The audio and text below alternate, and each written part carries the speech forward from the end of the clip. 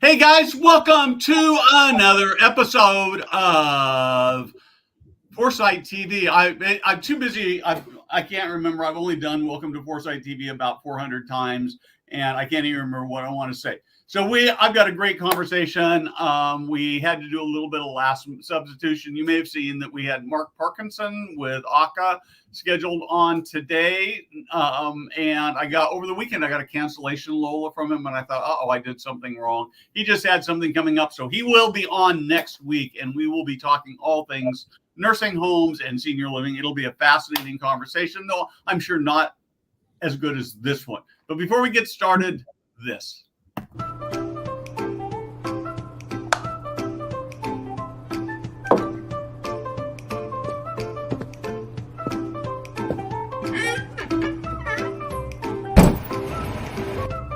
Hey guys, Steve Moran here.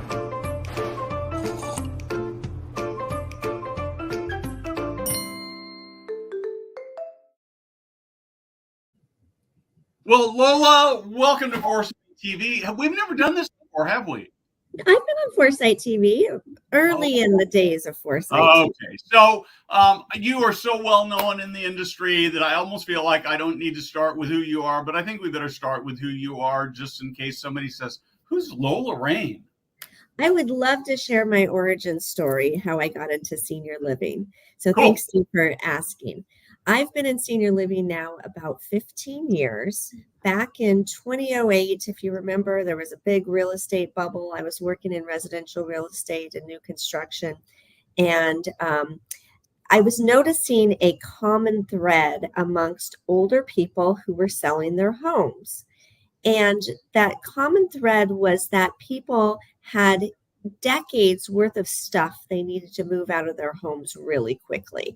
And it was stressful, not just for the home seller, but for the real estate agent, for the families, even for the people who were going to take occupancy of those homes, right? Because they were excited to move in, but the person may have 40, 50 years worth of stuff that they don't know how to downsize. So I was seeing this happen over and over again.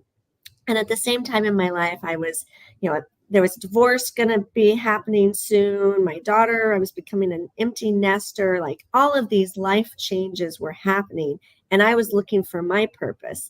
And I was sitting there watching a TV show one day. It was a funeral.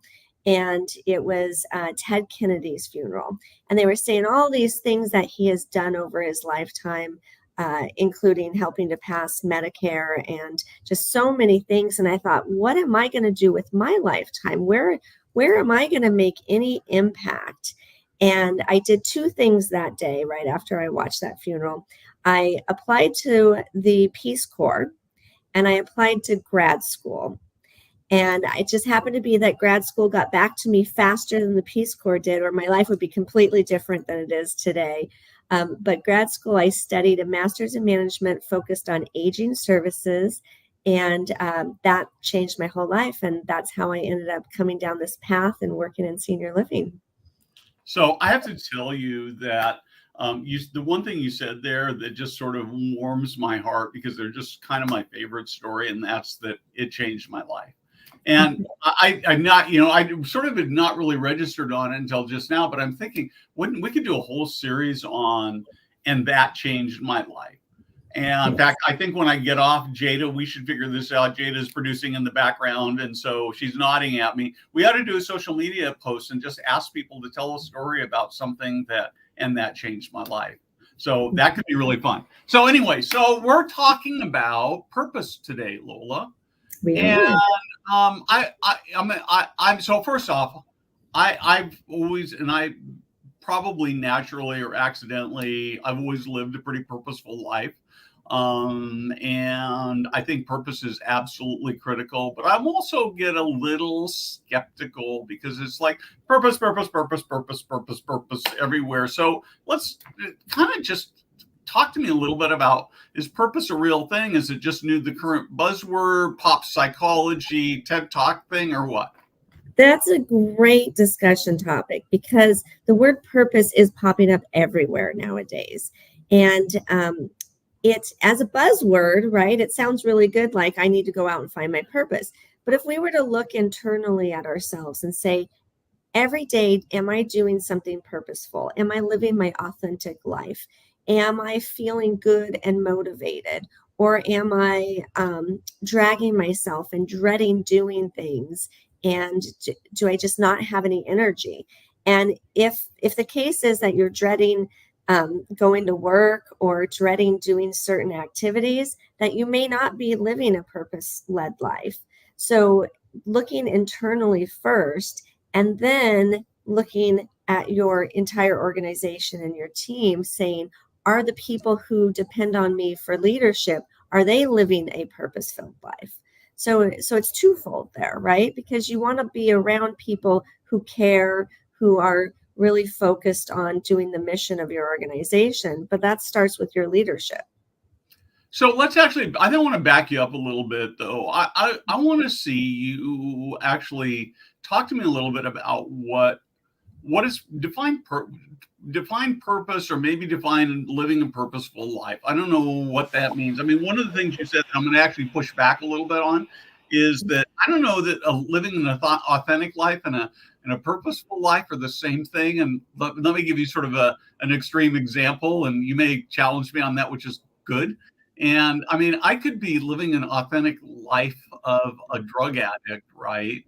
And here I am, I'm a drug addict and I'm homeless and I'm living on the street, but I'm not sure that would be a very purposeful life. Well, I would say somebody living with addiction is fighting themselves and their demons. Okay. So they are not living their authentic self. Yes, I really think that addiction's a completely different topic, where that person is longing for something or something traumatic happened to them and they're not able to process it. And so escaping is their only way to deal with it. So Okay. yeah, so when we look at, like, I mean, I've had problems in the past with alcohol. As I mentioned, I went through a divorce, right? I mean, and my child was graduating high school, and so I was just lost.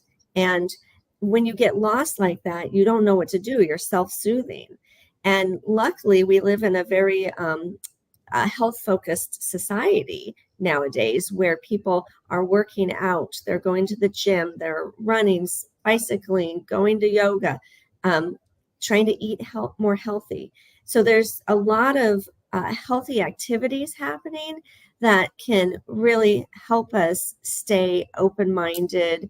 And I think mindset is also a big portion of this, right? Because if we aren't focused on what purpose means to us, we may be just going through the motions every single day and really feeling lost. So tell me, let's give some examples of what purpose means. So what does purpose mean for Lola? Purpose for me is to be able to interact with people, see smiles on their face, and know that I did a good job. And like yesterday, I was in a team meeting and I gave a presentation, and I look at the audience and people are smiling, they're nodding their heads, they're learning something from me. And that's important to me, as I want to pass on wisdom and knowledge to other people. So for me, purpose really is interacting with others. If I spent my entire day, every single day behind a computer, I would just not be a happy person. Okay. So are purpose and happiness the same thing? Happiness is a really weird word. People are seeking happiness. It's a longing, right? And I think that joy is a better word. It's better suited, because joy can be attained, where happiness, you're always just right. It's just right around the corner. It's like the grass is always greener, right? So, oh, I'll be happy once I have $1 million in the bank. I'll be happy once I get a boat. I'll be happy once I get that raise or promotion at work. But joy, I can find joy every single day. I can find joy going outside for a walk. I can find joy gardening. I can find joy having a conversation with a friend. Joy is everywhere. Okay.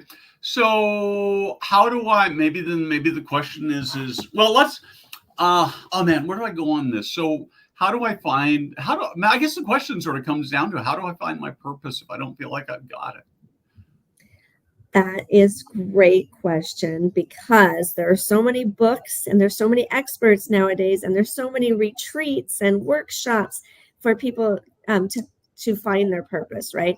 So I work directly with Anna Hall of the Purpose Equation, and she has a great program, and it's generally a 6-week program. It's one-on-one. Some of the people on my team that I've had gone through the Purpose Equation, they said it was better than years of therapy they've done.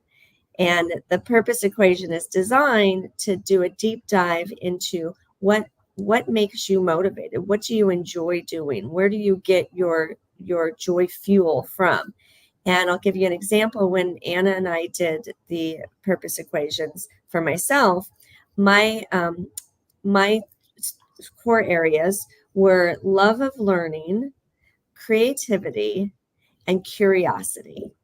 And so I know if every day or every week I'm incorporating learning something new, being curious and open-minded, and going out and exploring and being creative, I know that I feel more full. Okay, so one of the questions I have for you, and I'm going to sort of display my personal biases about purpose. I tend to think of purpose in the context of I do something, I say something, I write something, I produce a video and publish a video on something where somebody then is the recipient, the benefit of this thing that I've created, and it allows them to have a better life, or even better, I write something that somebody reads who's a leader in senior living, and they take that thing and then they pass that on to their team, and it has this huge impact on the team. And so when I hear people say, well, my purpose is to, I don't know, let me give you one of the things that I know a lot of people have as kind of a, I don't know, a purpose or a bucket list item is to go out and visit as many countries as they can, or 100 countries in their lifetime. And I sort of look at it and I think, well, that's sort of just selfish. But I do, am I have, is this, do I have this wrong? I'm thinking I might. So I'm going to start by saying that. Well, there's definitely life goals and dreams, right? A bucket list, as you mentioned. So for me, one of my bucket list items was walking the Camino de Santiago. And I just got back about a week ago. I walked 85 miles of it. I walked the south route from Portugal to Spain to Santiago de Compostela, the St. James Cathedral. And I've been wanting to do that for 15 years from the moment that I first learned about it. And again, this goes back to some traumatic events in my life when I was going through a divorce, and my daughter moved in with her father. And I started thinking, what kind of journey do I need to go on to really find myself? And I had it in my head that I needed to go on this pilgrimage and walk to this cathedral in Spain. And so I did that. It was a goal. Now, was that my purpose? I don't believe so, because purpose is so much bigger than one activity in your life. Okay. So you did that as sort of exploration. You did it as a milestone goal to, if you will, cross off your list to add something else, or maybe you've got, I don't know, do you have a bucket list? I think I've had a couple of items on my bucket list, but I've done a really good job of saying I want to do this and then go doing it. Yeah. Yeah, I guess I sort of have some theoretical, but I've never sat down and made a bucket list, but I certainly have. I've done lots of things, and I'm kind of like you. I kind of go do those things, and I know there's some things I'd love to do. I used to think that I'd like to go hike Mount Everest, right? Mm-hmm. And I've pretty much decided that, particularly at my age, it's a really expensive and really dangerous thing to do. And then I used to think sort of more modestly that maybe I'd like to go to Everest Base Camp, but I'm not sure even that is the same thing. So these things change over time, right? Absolutely. Yeah. So I guess the question that I have is really, I mean, again, it comes down to so you've got this retreat you're doing, and maybe I'm going to ask more specifically, who's it for? The retreat is for leaders in senior living. So people who either are in an executive role, an executive director, a regional director, a CEO, a CMO, a HR professional. So really it's people who lead teams. And we want to start off with doing a deep dive into the individual's purpose. And so the workshop is designed to be hands-on, experiential learning, and we'll do breakout groups. And there's only room for 16 people. And so it's very small, and so that we can spend a lot of time interacting and listening to each other. Okay. And so I'm going to come into so I guess part of the question I have is do I need to come into it having at least some idea what my purpose is, or can I come into it saying, I have no idea? Yes, you can have zero idea, and we're going to go through worksheets and help you to build your purpose equation. And on top of that, we'll take a look at resilience. We'll take a look at mindset management. Because this retreat is at the Modern Elder Academy Ranch, just south of Santa Fe, New Mexico, we'll also have a lot of Modern Elder Academy philosophy built into it. And we'll get to do things like interact with the horses on the ranch and spend some time outdoors, which is really important for our overall well-being. Cool. And so when I come away from this, I'm going to have what? You are going to have a guide. So first off, you're going to have your purpose equation, understanding more about what you are motivated for. And then we're going to have a guide that you can take back to your organizations or your communities, and you can implement that guide with your staff. Okay, so the idea would be that in some sense, as well as sort of self-discovery, this would almost be seen as a train the trainer kind of thing? Yes, definitely. That's a good way of putting it.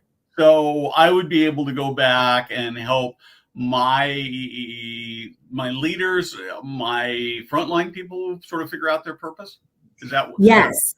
And so we know, one of the things we know in this industry is people who are caregivers or they work on the front line, they will say, I do it for my residents. I love my residents. We know they're very loyal. We know they like coming to work because they feel like they have this relationship and that they're dependent upon, right? And so there's a lot with the pressures that come with that job, because most people who work frontline, they have families that they're leaving at home while they come and care for somebody else. And that's something that we talk about in senior living all the time, is how do we support our staff to be the best that they can be? And that's essentially what the purpose equation is designed to do, is to help each individual be the best that they can be. So one of the things that two things that occur to me, and as I think about this relative to frontline staff, I kind of wonder if there's actually a truth that leaders ought to learn, and that maybe frontline staff in general, particularly the caregivers, are actually more purposeful than their leaders. So I'm going to start with that and just get your reaction to that. I love that, because yes, I do see often that because of their job being hands-on and being a little bit more predictable, doing the same activities day after day, they do have a good understanding of who they are and who depends upon them. And I think but there's caregiver burnout. That's always a risk, right? And high turnover in our industry. So what we're always trying to mitigate is, what can we do better to keep our staff healthy and well, right? Really, really able to keep coming back day after day and being the best they can. So do you see purpose as the antidote to burnout? I do. I think that I think there's a lot to it, because part of what I'm going to be teaching at the purpose retreat is resilience. You know, what does it mean to be resilient?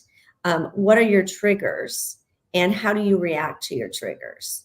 And so a lot of times our reaction is very stress based, right? When we react to something, our cortisol levels spike, and that's the fight or flight hormone. And then we tend to either shut down or redirect. And I would like people to get to understand better of what their triggers are and how they can reduce their own stress, because stress is something that is just taking everybody's life over. And if we don't know how to manage stress, we can't reach the next level. Yeah, I think the stress management thing is so difficult. As one of my probably my single biggest stress reliever is getting out and hiking. And it takes some effort to do. And so for Father's Day, my wife came to me and said, "What do you want to do? You want to go hang out?" My kids are all, weren't available, so it wasn't the kid thing wasn't an option. And I said, "I just think I need to go hiking." And I've just got so many moving things I'm working on right now, and I did 4 conferences in 5 weeks, and have so much work, and I was just exhausted. And I got up on Sunday morning, and I thought, oh man, I slept in kind of late for me, and I thought, I don't know, I still got to get all this stuff together, but I forced myself to head up to the mountains. And I was exhausted when I got back, because I put some miles in, and I was at altitude, and I had 2 dogs that I was managing and herding on this hike. But I came home and I took a shower and took a nap, and it was like I had a brand new perspective on the world.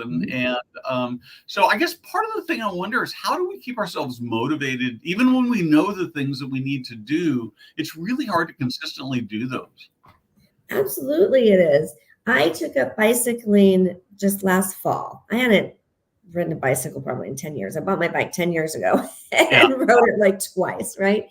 And to put on the sunscreen, the hat, the helmet, the glasses, the backpack, the water bottle, and then get the bike out of the garage, close the garage door, and then get on it. I mean, there's so much that has to be done before you even get on the bicycle. And then That's right. to ride the bike, in my neighborhood, the pavement is really uneven. And so I have to get to the bike trail, and then I start enjoying it, right? But it's not until like 30 minutes after I have started the preparation of it. So I think that by getting into these habits and understanding, I need 20 minutes just to prep, or in the case of your trip, I need 2 hours to prep and 2 hours to drive there, and then I'm doing what I love to do. But yeah, it's that mindset management of, what do I need to do now to do the thing I love? Yeah, and I just my little ADD sort of took me there. I actually want to come back to the caregivers for a moment, because I think that when I look at burnout in senior living, one of the things that I think that we're really terrible about doing is that we're really bad about noticing the small things where we make a difference, and locking those in, showing us that we're actually doing purposeful things. And I'll give you an example in my life. So I wrote an article a week or 10 days ago about friendship snacks. And the idea behind friendship snacks is that, we really like it when we can sort of have long relationships with our friends, but oftentimes we just don't have the time and we're too busy. And so sometimes we need little friendship snacks. I mean, in some sense, you and I having lunch earlier this week was a friendship snack, right? And it was really gratifying, because I got 2 or 3 emails, messages from people saying, hey, that just really resonated. And so it's like, that's just a reminder that we're really making a difference in people's lives. And I think in senior living, how, figuring out how we better, and I don't know whether you talk about how you capture these moments so you actually realize that you have purpose, that you're making a difference. Right. Because residents are, for the most part, are really good at thanking the caregivers, right? Yeah. I mean, it depends on what level of care you're at, and skilled nursing, when people are going through rehab, it's maybe not as you don't feel as much gratitude as you would if you are in assisted living or independent living. But there is, when people say thank you, just like you're mentioning, when somebody reached out to you and said, this really resonated with me. Well, the gratitude is a huge portion of your wellness, right? So being grateful for the people who are reading your articles, or being grateful for the people that you care for and work with, right? That's a big part of life satisfaction. It is, and I think the biggest challenge that we have is sometimes and this is so much of where the burnouts part comes in, is that we get so stressed out about the things that's happening that we don't actually notice notice the good things that are around us, the impact that we're having on other people's lives. And I also want to point out that when we're being our authentic selves, it may not be an interaction with another human being. So somebody once told me, I wanted to write an article and share it out somewhere. And somebody told me, why can't you just write the article for yourself? Right? That would be called journaling. And journaling is very therapeutic. I love to garden. Am I gardening to feed other people? I'm gardening because I love getting my hands dirty in the soil. I love being outside, right? So there's a lot of times that these activities that we do that are part of our purpose are for ourselves and not for others. So, do you have a sense of how much time in a given week I need to spend on things that are purposeful in order to feel joy in my life? I was going to use happiness. I didn't want to get my hand slapped. I am going to encourage you to do the purpose equation with Anna Hall, because she's going to give you a prescription for joy fuel. And she will tell you, as part of your exercise, how many activities or hours a week that you need to be doing the things that you love doing. And those are the things that are going to refuel you. They're going to re-energize you and get you motivated for the other things that you do in your life. Okay, so let's just dig. We only have a few minutes left. You made reference to the retreat you're doing at the Modern Elder Academy. Let's sort of give me the whole download on this. So what we're going to be doing September 22nd to 25th, we're going to be going to New Mexico, just south. It's 25 minutes south of Santa Fe. And we are going to gather together as a small cohort, and we're going to go through group discussions, worksheets, activities, breakout sessions. We're going to spend time outdoors. We're going to not just dive into purpose and what it means for ourselves and what it means for our organizations, but we'll dive into resilience, stress reduction, and overall well-being. And I'm very excited about it. So especially about where we're hosting it at. The Modern Elder Academy Ranch in New Mexico is 2,500 acres, more than 2,500 acres of beautiful open space with lots of horses. And we'll be able to spend time with the horses, go for a hike or a walk. And it's just gorgeous. It's a really good location for peacefulness, quiet, and to reflect, to do a deep dive into this work and really reflect on who you are, what you want to do with your life, as well as how do you want to impact the people that you're responsible for. So it sounds really amazing. I sort of envision going to the retreat and walking away with energy and feeling refreshed, and just having a better sense of both who you are as a leader and how you can have the greatest impact on the teams that you lead or the people that you work with. So it sounds just absolutely amazing. And successful leaders know they have to spend time doing this work, right? Whether they have a professional coach or they go and do different retreats or workshops or conferences during the year, this is ongoing work. I mean, most leaders that I know, they meet with their coach once a month, right? And it's work that's part of leadership. And I encourage everybody who is wanting to get into a leadership role, start with the professional development of having a coach. Yep, terrific. So the link to find out more about the program is in the comment. And Lola, thank you so much for joining me. Stay on for just a minute after we go off, and with that, we'll be back next week with Mark Parkinson. Thank